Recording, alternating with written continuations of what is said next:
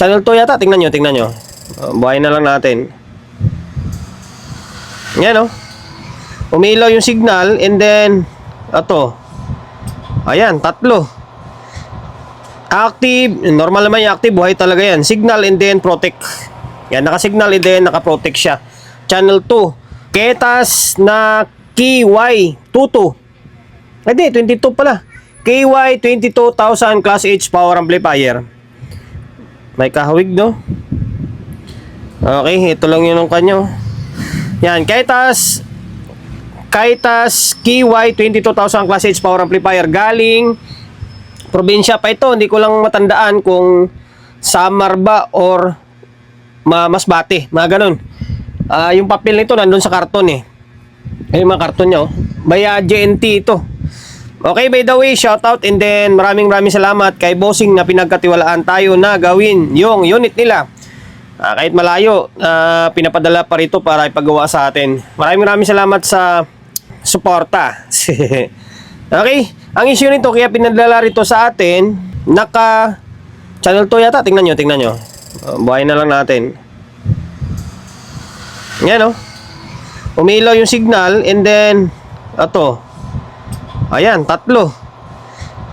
Active, normal naman yung active, buhay talaga yan. Signal and then protect.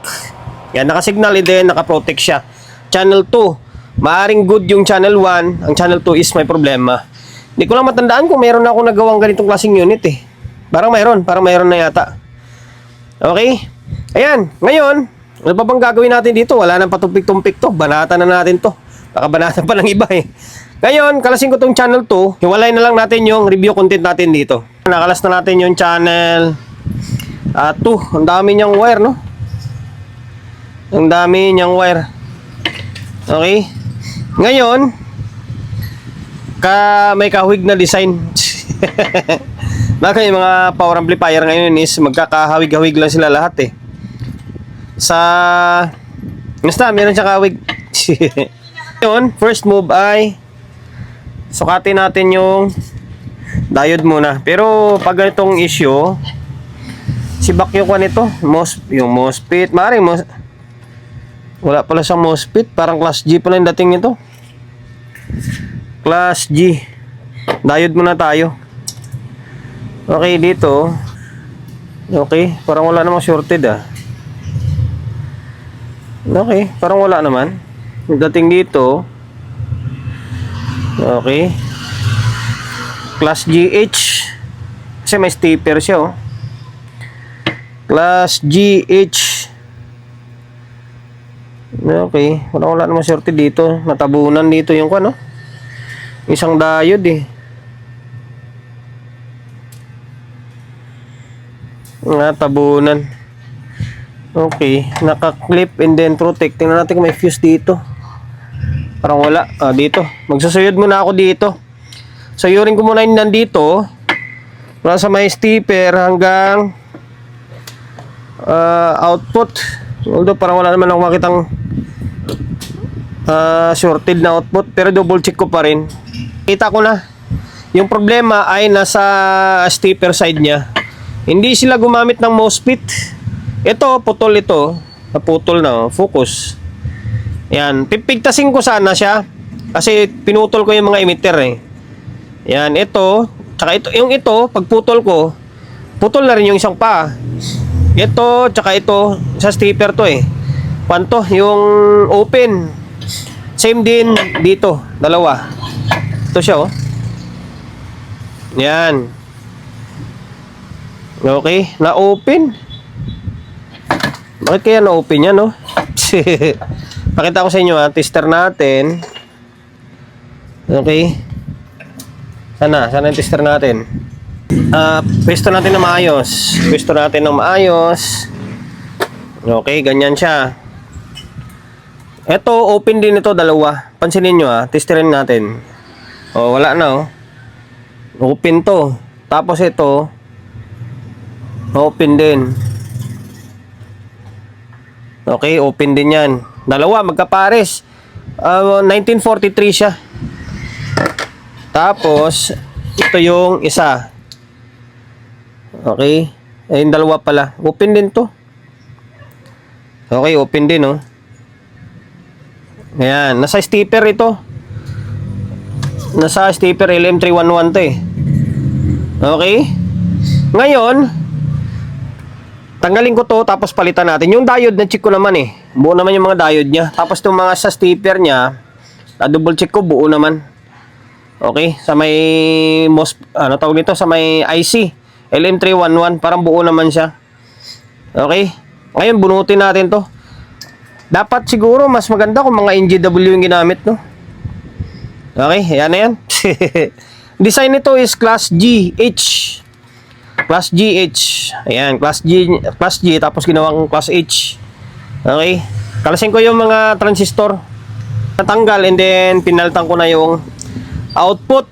Ito siya, oh. Ayan, mahaba yung paa niya, oh. 1, 2, 3, 4, apat na piraso. Tapos, ito yung tinanggal natin. Okay? Kanto, open na to. Literal na nasira talaga. Wala kasi siyang kwan, yung fuse. Mayroon resistor pero 47 ohms. 47, buo nga eh. Ngayon, ito siya, oh. No, wala talaga, oh. Open, oh. Tester natin kung magana yan, ah. Tapos ito, wala, open din. Oh, open. Wala talaga, oh. Kahit i-reverse natin, oh. Okay, wala. Tapos dito, okay, wala talaga. O, ayan. Ngayon, pinaltan na natin to. Na-check ko naman na, parang okay naman na. Mamaya, malaman natin yan kapag naibalik natin. Okay? Tapos, pinapa-fix bias sa atin ito. Ito, may nagawa na tayong 2.8 eh. Kahit tas na 2.8, doon na lang tayo kukuha ng reference. Kakaiba yung bias nito. Binalik ko na pansamantala yung board. Ayan. Board check natin. Ngayon, switch on. Meron pa rin, no? Meron pa rin.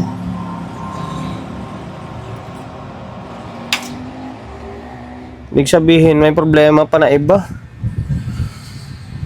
Naka-clip protect pa rin siya eh. Okay. Okay. Double check ko muna. Meron pa rin. Naka-clip protect pa rin siya eh. Oh. May signal pa rin siya. Signal and then protect pa rin. Although natanggal natin yung output na nasira, double check ko muna. Hinalas ko ulit. Sa ganitong klaseng design, mga previous vlog natin, kadalasan may mga na-open dito, and then kadalasan ito. Yung 12K nito, sa Magos parang 10K nakalagay eh. Or sa iba 10K. Pansinin nyo to. Ito yung i-check nyo kasi minsan na-open ito eh. Pag chinik mo siya ganyan, buo, di ba? Mukhang buo siya. Ngayon, kakatiri natin siyempre. Okay, yan kinater ko para ma-check natin siya ng nakaangat talaga. Magkaalaman Okay, ayan. Nakaangat na yan. Check natin kasi minsan na-open yung 10, ayun 10K nakalagay yung 103 pero 12K ang ginamit nila rito. Ngayon, check natin to. Naka-continuity tayo Naka-continuity. Dito na nga lang yung tester natin. Mas makita. Okay, dito. Okay, dito buo ito. Pumalo siya eh. Then check natin yung tester natin. 12K.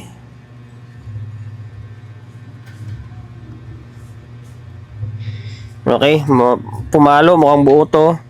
Tapos dito, open itong isa. Open itong isa.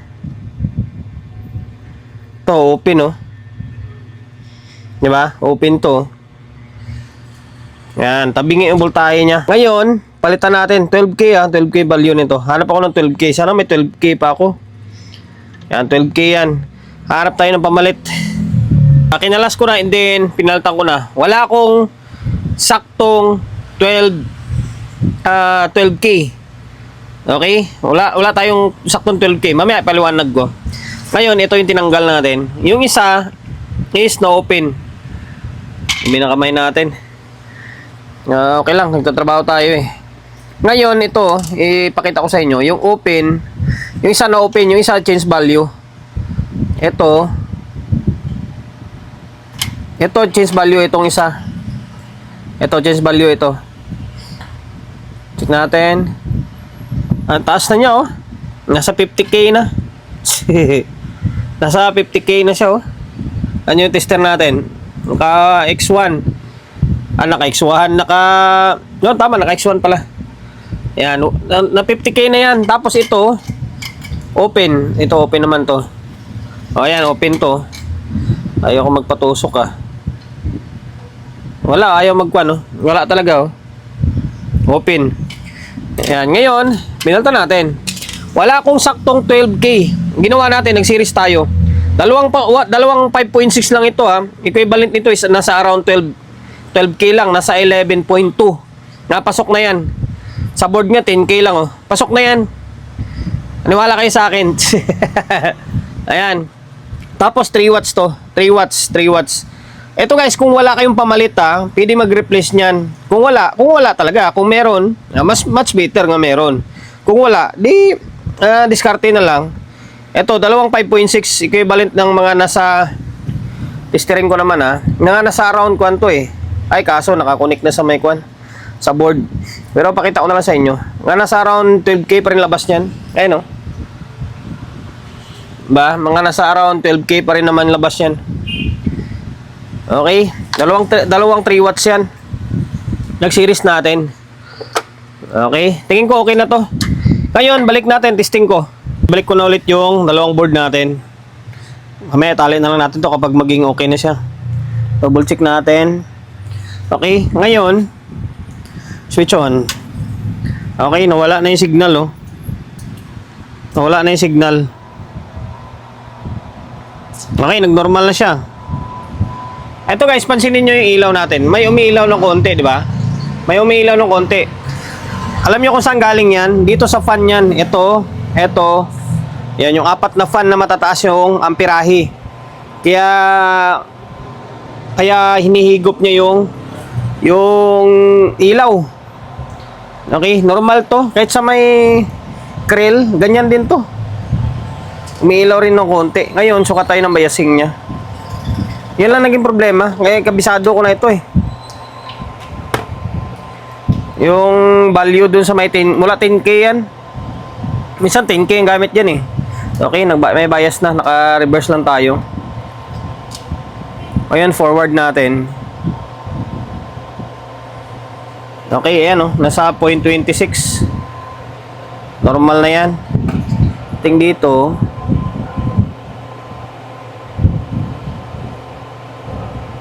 Okay, pares lang ah. 0.25. Nga, taas lang ng konti ng millivolt dito. Millivolt lang naman. Okay. Yan, pwede naman ibaba yan kung tutusin eh. Yan, okay na. Naging normal na siya. Ngayon, maglagay muna ako ng audio. Nagkabit na ako ng speaker and then audio input. Yan, meron na yan ah.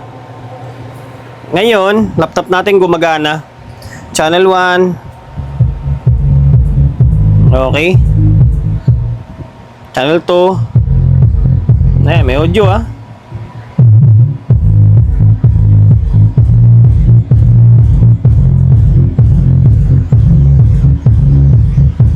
Gumagana naman yung stepper eh. Kasi kung hindi gumagana yung stepper, mag-clip agad yan or magpaprotect agad. Okay. Ngayon, try ko i-fix bias. Fix bias natin kasi request ni Bossing to i-fix bias. Mayroon akong ginawa na KTAS na 28 eh. 28 ba? Ngayon, try natin yung gagawin nating reference kasi kakaiba yung bias nito, 10K. Okay. 10K yan. Kaya sige, subukan natin. Pinuputol ko lang yung video para mas mabilis yung hindi na haba yung video natin. Ito yung trimmer nyo, 10K ito. 10K 103. 103, 10K. Ngayon, sinubukan ko siya ng 3.3, katulad yun sa may 28. Yung kaitas na, kung ito 22, 28 yun eh. Mas mahaba yata yung ginawa natin nakaraan. Nilagyan ko siya ng 3.3. Ang 3.3, nasa 0.26. Okay, tinaas natin konti. Ayan ang ginamit natin, no? Ayan, 4.7 yan, ha? 4.7K. Tapos, ang lalagyan mo dyan is dalawa. Dalawa yan. Ganyan, no? Ayan. Mamaya, ayusin ko pa naman yan. Ito magiging kalabasan niya. Okay? Yung high voltage lang nalagay natin. Tapos, yung pinaka main supply. Yung mga maliliit na kable, hindi na natin kinabit. Kasi biasing na naman kinukuha natin, eh. 4.7 yun, ha? Dalawang 4.7. Okay, dito. Pansinin nyo, nasa 0.25 lang, oh. Okay?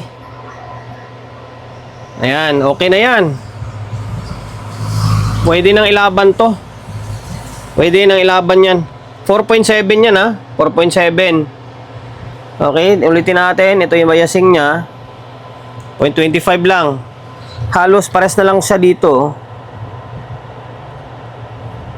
Oh. Di ba? Okay, 4.7. Ngayon, ayusin ko yung pagkapwesto niyan. Ayusin ko yung pagkapwesto niyan. Tapos, siyempre, fix din natin tong kabila. Okay? Iba kasi yung kanito, iba yung biasing nito, mataas value, 10K. Tapos, Darlington kasi yung gamit na, ano yung bias niya. Hindi siya yung katulad sa mga D669 lang. Okay? Pinaklas ko ulit, tapos inayos ko yung pagka-fix natin. Okay? Ayan, ganyan siya, oh. Lagyan mo siya dito sa taas, tapos lagyan mo dito. Ayan, 4.7 yan, ha. Okay, hindi siya katulad ng ibang biasing na dalawa lang ilalagay mo. Ito, dalawa talaga. Ay, yung isa lang. Ito, dalawa talaga ilalagay mo. Yan, 4.7 yan. 4.7K. Ngayon, ibalik ko to, tapos pasadaan natin yung isa. Na-fix na rin natin tong isa. Ayan, oh. Yan, 4.7 yan. Okay? Ngayon, ala. Parang di yata nakasalpak na maigi yung kan, ah. Double check natin. Yan, okay. Naging normal na siya. Sukatan natin ng biasing ulit. Okay, dito. O yan, nasa 0.25 siya, oh. Nasa 0.25. Ngayon, tong isa, press lang yan, siyempre. O, yan. Ngayon, okay na. 4.7 ang gamit natin. Ngayon, kanina pa to, eh. Yung speaker, nakakabit pa rin pala ito. Okay. Malulubat na yung laptop natin. Volume. Naka pure sub pala ito. Naka pure sub.